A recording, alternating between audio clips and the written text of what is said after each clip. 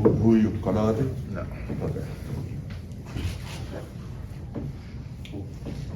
Zed, to start off, the way you started off the game, with that kind of energy, where did that come from? Is that something that you think is replicable and sustainable as you go through the season? Yeah, we are. I say we because we put in a lot of hard work during the summer and in the preseason, just to in practice in the weight room, just to be able to be in shape to sustain that effort. It was a couple offensive rebounds, scoring. So I found myself getting tired a little bit, but I was able to push through it and just keep going. So that's definitely that I'm trying to do that for the whole season. Come out with that fire, and it sets a tone. As a team, this is how we're gonna play this year, and it shocks the other team. So. It seemed like, especially, you had a double-double by halftime. I don't know if you were aware of that or Yeah, not. I know I do. But it seemed like maybe that was as impactful as you've been able to be over a sustained period of time in a while. What did that feel like as you were going through it? Was there raising the roof that was more enjoyable to you than another one? What was it like to put together a stretch like that? Well, I think my first point was the dunk. So I was like, obviously I like raising the roof. It gets the crowd into it, gets gives the team energy. So definitely love. I had a couple dunks in the first half, putbacks, but all that just hard work and effort, and as I said, it brings tells the other team like, look, we're here setting the rules. Coach emphasizes that a lot, setting the rules, and this is how we're gonna play this game. Bryce, you came in, calling him Shaq, and it's kind of a joke, but like, what's the comparison there? Like, what about his game, says Shaq to you? Obviously, like he mentioned, like the effort side of things, but for me as a younger guy, just seeing Zed play like that, and him kind of like rubbing off on us with his effort and stuff like that, and just his intensity picks us up, like he mentioned, and really I was just joking, but obviously as our our starting 5-man and a team captain, that kind of stuff, it definitely rubs off on the rest of us, and picks us up to play harder. And for you, the first two games here, you put up a lot of points, obviously, over 10 in both of those. What's been going good for you, and what feels comfortable for you out there on the court? Really just filling the game out, and just taking what the defense gives me, working on my poise, and playing at the right pace, and not getting too rushed.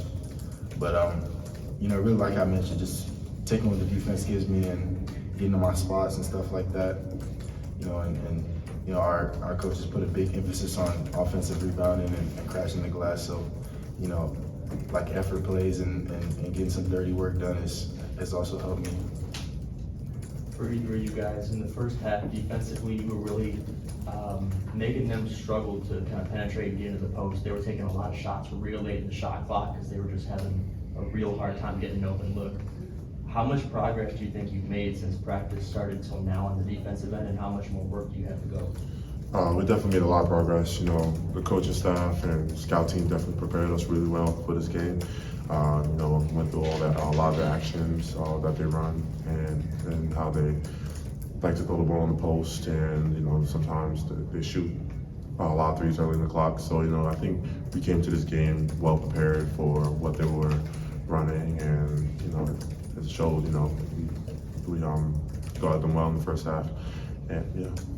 And then Bryce, what adjustments do you think you made from game 1 to game 2? It kind of looked like you were settling for fewer jumpers tonight, kind of trying to get the ball a little bit deeper to get higher percentage looks. Did you make any adjustments from game 1 to game 2? Yeah, some of our goals on the offensive end was to play through the paint, and like I mentioned, just me being young, just trying to play with as much poise as possible. Not settling too much, and just getting the team's best shot. So playing through the paint is very important. Obviously, like paint kick out threes or just points at the rim are the most efficient. So just trying to get to those. said you had 5 dunks tonight.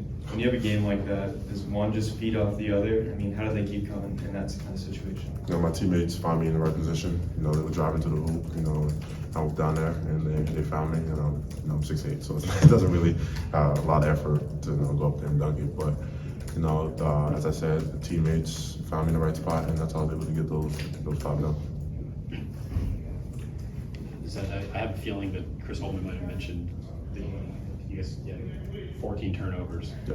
Did that come up halftime, post game? Was that a point of emphasis from Holman? It came up for in both. You know, he said that we need to at halftime. He said we need to limit our turnovers, and then after the game, we just got finished doing our after game meeting.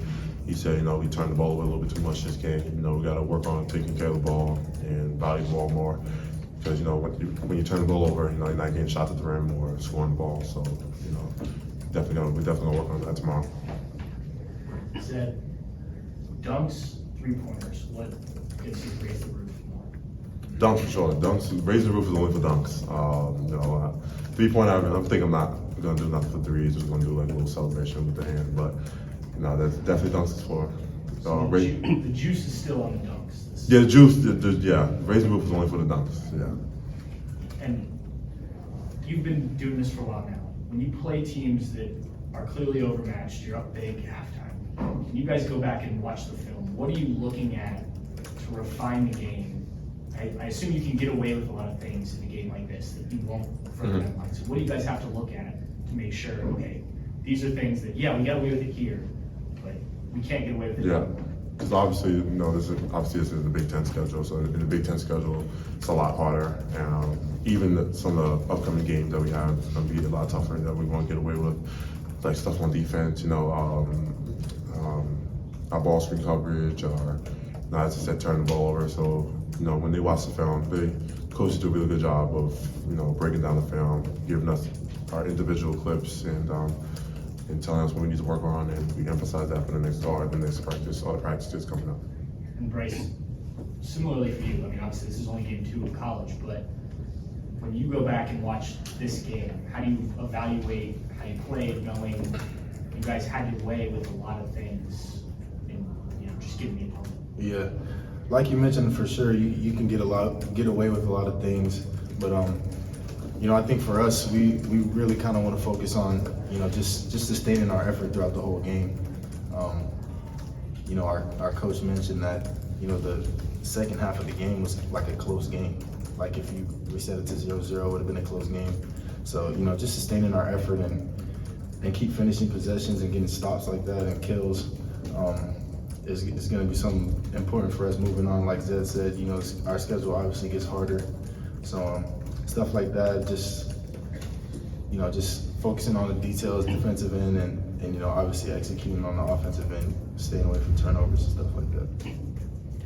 Bryce, the one dunk that you had from the left wing, when you get the ball there and you see that opportunity, what is your decision making like in that moment? How do you know that you can do that, and then what does it feel like to throw one down like that?